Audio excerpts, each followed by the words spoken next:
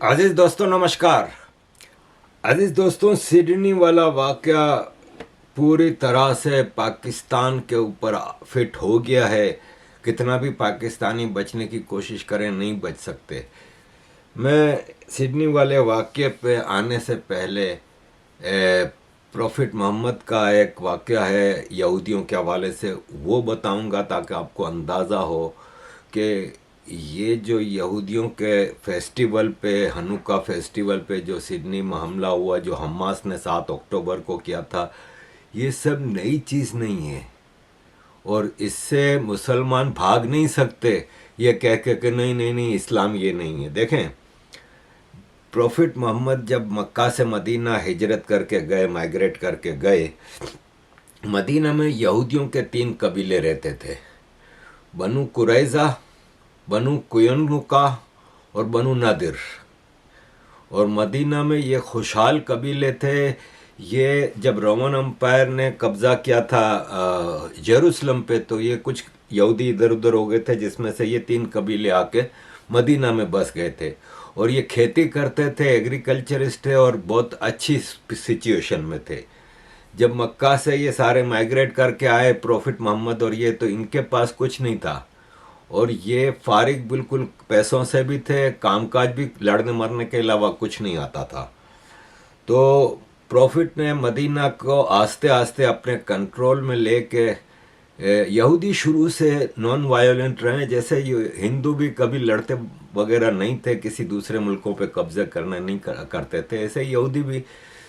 तो यहूदियों के इन 3 कबीलों से मुआहिदा हुआ कि हम मिल के यहाँ पे रहेंगे और अगर कोई बाहर से हमला करेगा तो मिल के लड़ेंगे। लेकिन कुछ ही दिनों में प्रॉफिट मोहम्मद ने एक बहाना बना के बनु कयुनुका को निकाल दिया मदीना से। फिर दूसरा कबीला था बनु नादिर, उसको भी निकाल दिया। अब एक बनु कुरैज़ा रह गया था। तो बनु कुरैज़ा की दोस्ती थी मदीना के एक अरब कबीले से, बनु औस से। अब हुआ ये कि मक्का के जो ताजिर सीरिया से मक्का जाते थे तो रास्ते में मदीना पड़ता था, तो वहाँ पे जब ये चूँकि काफिले जो आते थे वो ऊँटों पे और इस पे होते थे, तो रुक रुक के जाते थे मुख्तलिफ जगहों पे। तो एक काफिले, कई बार काफिले पे प्रॉफिट मोहम्मद के लोग जाके हमला करके लूट मार कर लेते थे। तो मक्का वालों ने मदीना पे हमला करने का सोचा। प्रॉफिट को पता चला तो प्रॉफिट ने मदीना के चारों तरफ खड्डे खोद दिए, जिसको खंदक कहते हैं। वो जंग भी जंग खंदक के नाम से मशहूर है। और 627 ईस्वी में ये आए मक्का वाले कबीले, लेकिन मदीना के चारों तरफ खंदक खोद दी गई थी, तो वो वहाँ पे पड़ाव डाल के बैठ गए खंदक के उस तरफ। और बनु कुरैज़ा ने प्रॉफिट मोहम्मद को कहा कि भाई हम जंग वंग वाले लोग हैं नहीं, तो आप जंग लड़ो, हम किसी के साथ नहीं, हम न्यूट्रल हैं, बैठे हैं। अब कुछ दिन तक वो पड़ाव डाल के बैठे रहे और फिर मौसम बहुत ख़राब था और ये सब था, तो वो वापस चले गए। जब वापस चले गए तो अब प्रॉफिट मोहम्मद को बहाना मिल गया था। उन्होंने बनु कुरैज़ा के कबीले का सराउंडिंग वो कर लिया, मुहासरा कर लिया। और कॉर्डन ऑफ करने के बाद 25 दिन तक वहाँ पे पड़ाव डाल के बैठे रहे प्रॉफिट मोहम्मद का लश्कर। और उनके सामने शर्त रखी थी कि या तो मुसलमान हो जाओ या लड़ लो। तो प्रॉफिट मोहम्मद ने अपने कबीले, अपनी जो लश्कर था उसकी लीड काब बिन असद को दी थी। और 25 दिन बाद उन्होंने सरेंडर कर दिया यहूदियों ने, और इन्होंने कहा कि भाई हम आपसे माफ़ी मांगते हैं और हम सरेंडर कर रहे हैं। तो काब इब्न असद जो मुसलमानों का लश्कर का लीडर था, उसने सारे आदमियों को कत्ल कर दिया, जो कि 400 से 900 के बीच में बताए जाते हैं। औरतों और बच्चे जो कि 1000 से ऊपर थे उनको अलग किया। कत्ल करने से पहले बनु औस जो कि अलाय था बनु कुरैज़ा का, उनसे पूछा गया कि आप बताएं कि क्या फ़ैसला होना चाहिए। तो बनु औस का जो लीडर था साद इब्न मुआद, वो मुसलमान हुआ था प्रॉफिट के मदीना आने के बाद, और उसने फैसला दिया कि जितने आदमी हैं शलवार नीचे करके चेक किया जाए कि बाल आ गए नीचे तो वो लड़के नहीं आदमी हैं, उन सबको मार दिया जाए और औरतों और बच्चों को गुलाम बना के आपस में बांट लिया जाए। तो यही किया गया। 400 से 900 के दरमियान आदमी थे, उनको मार दिया और बाकी जो बचे थे उनकी सबकी जायदादें, पैसे, माल सब लूट लिया, औरतों और बच्चों को गुलाम बनाया और मुसलमान लश्कर में बांट दिया गया। टोटल जो लूट का माल था और गुलाम थे उसका 5वां हिस्सा प्रॉफिट मोहम्मद के हिस्से में आया। ये सारी चीज़ें मुसलमान डिनाई इसलिए नहीं कर सकते कि कुरान की सूरा नंबर ये सब कुरान में है और सूरा नंबर 33 और सूरा नंबर 8 में डिटेल्स में इस वाक़े को बताया गया है। अजीज़ दोस्तों, इस हमले का, इस जंग का सबसे भयानक चेहरा ये है कि यहूदी टोटली हथियारों के बगैर थे, एक लड़ा भी नहीं था तो भी सबको मार दिया गया। एक लड़की थी रेहाना बिन्त ज़ैद, वो ओरिजिनली बनु नादिर कबीले की थी, लेकिन उसकी शादी अल हकीम जो कि बनु कुरैज़ा का यहूदी था उसके साथ हुई थी। उसके शोहर को और उसकी फैमिली के दूसरे लोगों को उसके सामने कत्ल किया गया और वो लड़की प्रॉफिट मोहम्मद के हिस्से में आई किसी और के हिस्से में थी, लेकिन प्रॉफिट मोहम्मद की नज़र पड़ी तो उनको पसंद आ गई तो उन्होंने अदला बदली करके उन्होंने ले ली। अब उसके बारे में कहानी यह है कि कुछ मुस्लिम स्कॉलर्स कहते हैं कि वो मुसलमान हो गई थी और प्रॉफिट ने उसके साथ शादी कर ली थी, कोई औलाद नहीं पैदा हुई। कुछ कहते हैं नहीं, कुछ मुस्लिम स्कॉलर्स कहते हैं कि नहीं, शादी नहीं हुई थी, उसको ग़ुलाम बनाया था प्रॉफिट मोहम्मद ने। वॉट एवर, लेकिन आप सोचें कि ये कितना भयानक वाक़या है। मैंने अपनी कल की वीडियो में आपको डिटेल में बताया है कि कुरान की सूरतें, आयतें मौजूद हैं, प्रॉफिट की हदीसें मौजूद हैं यहूदियों के हवाले से, और आज जो यहूदियों को मुसलमान मारने का सवाब समझता है तो भयानक नहीं है तो और क्या है। क्योंकि ये सारे, अच्छा मौलवी जब है ना ये वाला वाक़या मस्जिदों में और अपने खुतबों में पब्लिक के सामने बताता है ना, तो पब्लिक सुभान अल्लाह कह रही होती है, तो फिर वो इंडोर्स करते हैं कि हाँ यहूदियों को मारना सवाब है और जन्नत के नक्शे और जो दिखाए जाते हैं। तो मुझे हैरत नहीं होती कि ये सब चीज़ें हैं, मुझे हैरत इस बात पे होती है कि यहाँ के यूरोप, अमेरिका, ऑस्ट्रेलिया, कनाडा के इतने पढ़े लिखे स्कॉलर्स हैं गोरों के, इन्होंने ये सब स्टडी किया हुआ है। इनके मुल्कों की कई वीडियोस मेरे पास मौजूद है जहाँ मौलवी इस तरह के खुतबे देते हैं कि सबको मुसलमान करना ज़रूरी है, इस्लाम को सबके ऊपर हावी करना ज़रूरी है, Muslims are born to lead वगैरह वगैरह। Can't take away from the fact, first and foremost, that jihad is definitely part of our deen. And as Muslims, we should never ever shy away from this. And yes, there may be types of jihad, but of the peak of this jihad is that which the Messenger Muhammad sallallahu alaihi wasallam spoke about, and I'll read the hadith soon. And that is fighting in the path of Allah Azza wa Jal. A physical fight, not the fighting of the nafs. Although your nafs is needed in order for your physical to go out in the path of Allah.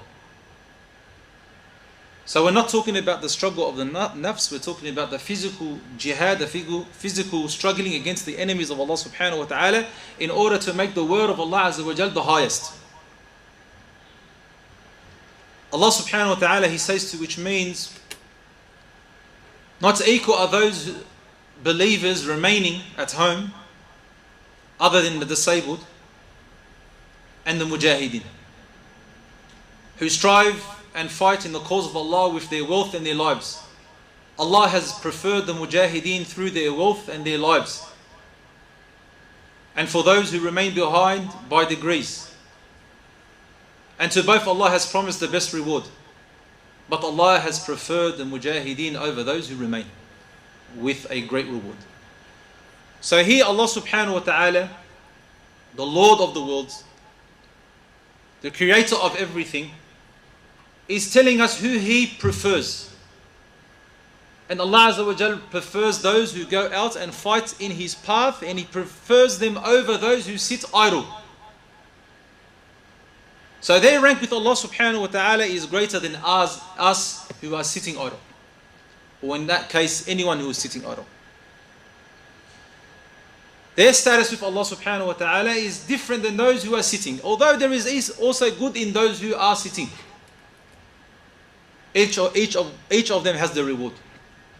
But Allah Azza wa Jal is saying that He has preferred those who go out in His path, in jihad fi sabilillah, He's preferred them above those who sit idle. Violence को promote करते हैं. इस नवीद अकरम और साजिद अकरम, ये जो बाप बेटा पकड़े, जो जिन्होंने ये किया है, जिसमें 15-16 लोग से ज़्यादा मारे गए, 29-30 जख्मी हैं, जिनमें कई की हालत ख़राब है. ये राडार पे थे, ऑस्ट्रेलियन इंटेलिजेंस के राडार पे थे कि इनका ताल्लुक आईसिस से है. साजिद अकरम जो मारा गया वो लाहौर में पैदा हुआ है, और पाकिस्तानी ऐसी ऐसी नई नई चीज़ें निकाल के ला रहे हैं. बड़े बड़े जर्नलिस्ट, एक ने कुछ लोग तो इसको अफगानी बता रहे हैं, कुछ लोग कह रहे हैं कि इंडियन है, नई नई स्टोरीज ला रहे हैं. हो सकता है कि इसके पुरखों ने, जैसे मेरे पुरखों ने इंडिया से माइग्रेट किया था, हो सकता है इसके पुरखों ने माइग्रेट किया हो, तो इंडियन तो नहीं हो सकता ना. दूसरा ये है कि एक मुर्तज़ा अली शाह और कुछ ला रहे हैं नई कहानियां कि साजिद अकरम का इंटरव्यू दे रहे हैं कि एक देखो मैं साजिद अकरम हूँ, मेरा इससे कोई ताल्लुक नहीं, मैं तो आज़ाद घूम रहा हूँ, ये वो. अबे ये सॉरी नवीद अकरम, ये नवीद अकरम कॉमन नेम है. मैं आपको 50 वसीम अकरम दिखा सकता हूं. आप फेसबुक पे नवीद अकरम डालेंगे कोई 500 निकल आएंगे. कॉमन नेम है. वसीम अकरम जो पाकिस्तान का क्रिकेटर था, उसका भाई ज़मीर अकरम, और मुनीर अकरम जो पाकिस्तान का high permanent representative United Nations में है, जो मुनीर अकरम, उसका भाई वॉशिंगटन में पाकिस्तान का हेड ऑफ कॉन्सुलेट था, उसका नाम भी ज़मीर अकरम. वसीम अकरम के भाई का भी नाम ज़मीर अकरम. नाम कॉमन हो सकता है. आप एक नाम ला के नहीं मेरा इन्वॉल्वमेंट नहीं, आप पूरी दुनिया की जो ऑथेंटिक रिपोर्ट्स आ रही हैं, प्रूफ्स आ रहे हैं, उसको नेगेट कर रहे हैं. अब नई चीज़ क्या ला रहे हैं कि अभी तक ऑस्ट्रेलिया ने थोड़ी कहा पाकिस्तान का है, और अगर है भी तो 50 साल का वो जो साजिद अकरम है वो इतने सालों से ऑस्ट्रेलिया में रह रहा था, और नवीद अकरम तो पैदा ही पाकिस्तान उधर ऑस्ट्रेलिया में हुआ है. तो ऑस्ट्रेलिया वाले क्या कर रहे थे? वो भाई वो पाकिस्तान आते रहते थे. खबर मिली है कि पीओके में जो टेररिस्ट ट्रेनिंग कैंप है जिसको इंडिया ने तबाह किया था, उसमें ये ट्रेनिंग लेते रहे. तो अजीज़ दोस्तों, गलती यहाँ के लोगों की है कि वो ऐसे लोगों को, राडार पे एक आदमी है आपके 6 साल से कि वो आईसिस का है, और उसके पास 6 बंदूकों के लाइसेंस थे, उसके पास 6 बंदूकें थीं. मैं हैरान हूं. और सेक्युलरिज्म के नाम पे और डाइवर्सिटी के नाम पे आपने ये बच्चे का देखा. फिर जब अब आज एक आदमी की वीडियो वायरल है, मैं दिखा नहीं सकता, उसने सूअर के मुंह के अंदर कुरान लेके वो दिखा रहा है सबको कि देखो ये होना चाहिए. तो रिटेलिएशन आएगा. इस पे लोग खड़े हो गए, इस्लामोफोबिया. किसी बंदे को नहीं मारा उसने, आपने तो बंदे उड़ा दिए. और ये कॉमन प्रैक्टिस है पाकिस्तान में अब और बाकी जगहों पे. अब देखें, हनुका जो था ना, यहूदियों का फेस्टिवल, तो हॉलैंड में हनुका का फेस्टिवल मनाया जा रहा था, तो मुसलमानों ने ढाटे बांध के, कपड़े बांध के हमले कर दिए हॉलैंड में, एम्स्टर्डम में. वीडियो वायरल है. पुलिस आ गई, मतलब आप किसी दूसरे धर्म को प्रैक्टिस नहीं करने देते इनके अपने मुल्क में। बताएं, आपका मुल्क नहीं है हॉलैंड या ऑस्ट्रेलिया, इनके अपने मुल्कों में आप इनके रिलीजन को प्रैक्टिस नहीं करने देते और आप सड़कों पे नमाजें पढ़ रहे हैं, रोजे खोल रहे हैं, सड़कों को ब्लॉक कर रहे हैं। आपका ईद मिलादुन नबी का जुलूस हो, मुहर्रम का जुलूस हो, पूरे पूरे शहर आप ऑक्यूपाई कर लेते हैं। लेकिन हिंदुओं का फेस्टिवल आ जाए कराया भारत में कहीं, अपने भारत के अंदर हिंदुओं का फेस्टिवल, तो पत्थरबाजी से पहले जान नहीं छूटती। हर फेस्टिवल पे पत्थरबाजी लाजिम हो गई है। यही हाल यहां पे कर दिया इन्होंने। अब क्रिसमस की मार्केटों पे हमले हो रहे हैं, दबा के हमले हो रहे हैं। अब ये जो नवीद अकरम की पिक्चर है मौलवी के साथ के, ये इस मौलवी ने इसको सर्टिफिकेट दिया था, ये वो मौलवी को पकड़ा, मौलवी फौरन माफी तलाफी पे आ गया कि नहीं नहीं, दरअसल मसला ये है कि मैं तो कुरान पढ़ाना सिखाता हूं, इसको मैंने कुरान की सर्टिफिकेट दी थी एंड आई कंडेम्ड इट। तो मसला इनका है। आपको पता है पाकिस्तान गढ़ है टेररिज्म की, पाकिस्तान फैक्ट्रियां हैं टेररिज्म की, और आप इनको मुसलसल अपना पालतू कुत्ता बना के रखा हुआ है। पाकिस्तानी मदरसे से फारिग होने के बाद जब निकलते हैं तो वो पोटेंशियली टाइम बम होते हैं। मैंने 90s में जब बेल्जियम में मैं जॉब करता था तो मैंने मिनिस्ट्री ऑफ जस्टिस में, तो मैंने उनको कहा था क्लियरली कि आप लोग यहाँ पे आने वाले मुसलमानों को नेशनलिटियां दे देते हैं, रहने की इजाज़त देते हैं, इसके बाद आप इन पर नज़र नहीं डालते कि वो अपने बच्चों को क्या तरबियत कर रहे हैं। जो भी मुसलमान पाकिस्तान से ख़ास तौर पर आता है और बांग्लादेश से, वो आता है तो सारी अय्याशियाँ करता है, बियर शियर भी पिएगा, झटका भी खाएगा, लड़कियां भी करेगा, सब कुछ करेगा, लेकिन जब सेटल हो जाएगा, शादी करेगा, तो जाके अपनी देसी बीवी लाएगा।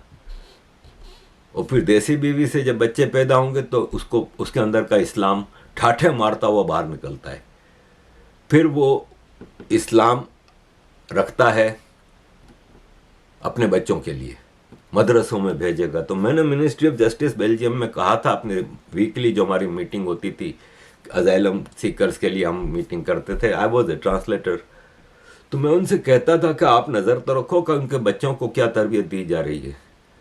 फ्रांस में मैं जब रहता था तो फ्रांस में पाबंदी लगी थी 2004 में या 2005 में कि स्कूलों और यूनिवर्सिटियों और कॉलेजों में बच्चे रिलीजियस साइंस नहीं पहन सकते, यानी क्रॉस का लॉकेट नहीं पहन सकते और इस टाइप की चीज़ें। तो मैंने पूछा था एक मेंबर ऑफ पार्लियामेंट से फ्रांस के कि भाई इसकी वजह, तो इसने कहा हम एक कौम पैदा करना चाह रहे हैं, हम अपनी फ्यूचर जनरेशन में एक फ्रेंच नेशनल कौम पैदा कर रहे हैं और वो सब एक सेक्युलर हों, एक ही सोच के हों। तो कैसी कौम आप पैदा कर रहे हैं? मतलब आप तो यहाँ पे आज़ादी दी हुई है, बच्चे यहाँ पे हम जाते हैं मार्केटों में, एशियन इलाकों में, तो दोपहर को छुट्टी होती है स्कूलों से, घर जाते हैं, खाना खाते हैं, छोटे छोटे बच्चे अरबी जुब्बा पहनेंगे, सर पे टोपी, बस्ता लटकाया, लड़कियों को हिजाब करवाया, बुर्का तक पहना देते हैं अगर थोड़ी बड़ी लड़की है, मस्जिद जा रहे हैं। क्या सीखेंगे वहाँ पे? यही सीखेंगे। और क्या सीखेंगे? यही सीखेंगे कि ये मौलवी सिडनी में ऑस्ट्रेलिया में खुतबा देता है कि यहूदी खून के प्यासे हैं, क्रिमिनल टेररिस्ट हैं, और मुजाहिदीन जो हमास के हैं उन्होंने उनके ऊपर 7 अक्टूबर को हमला किया, तो ये चूहों की तरह इधर उधर भाग रहे थे। इसलिए भाग रहे थे कि हमास वाले हथियार लेके अंधेरे में रात के एक म्यूजिक कंसर्ट पे हमला किया था। वो कोई आर्म्ड लोग नहीं थे। मुत्तर निकलता है तुम्हारा इसराइल की फौज से लड़ते हुए, तब तुम लोग चूहों की तरह भाग रहे होते हो। आज देख लो गजा का हाल।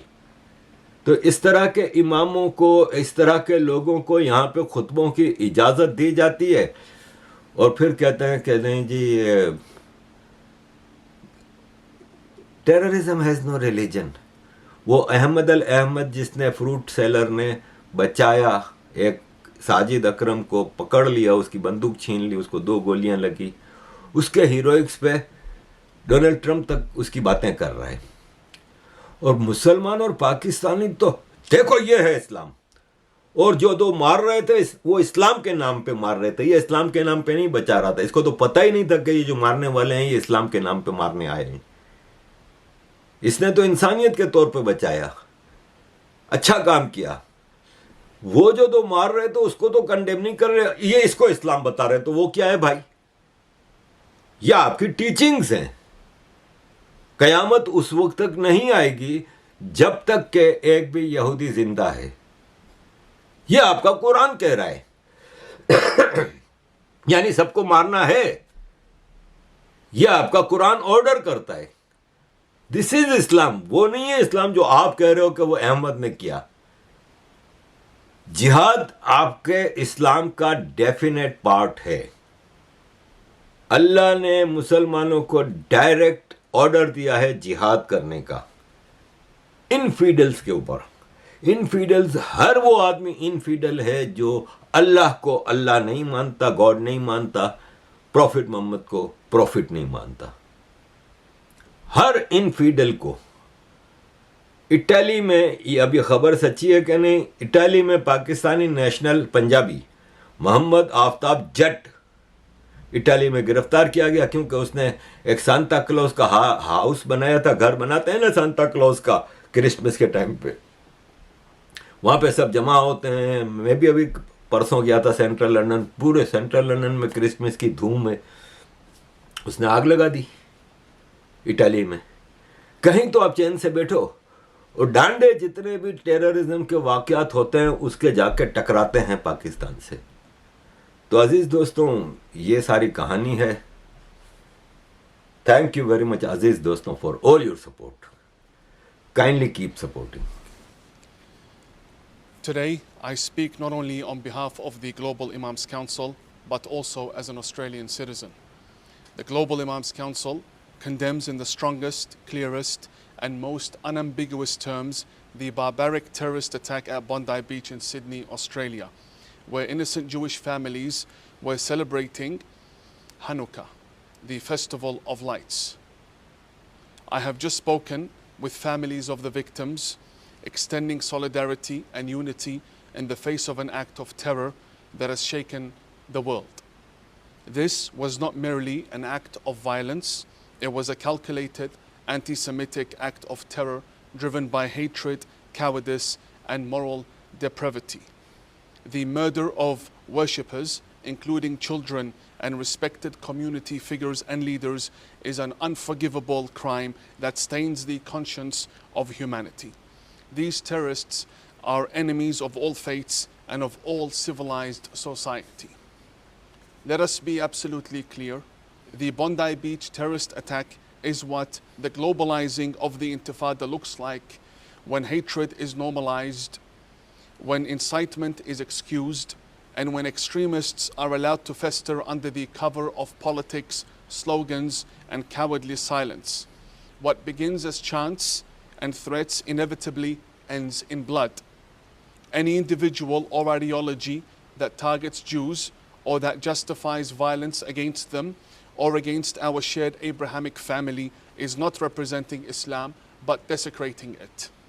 Anti-Semitic terrorism has no legitimacy, no excuse, and no shelter within authentic Islamic leadership.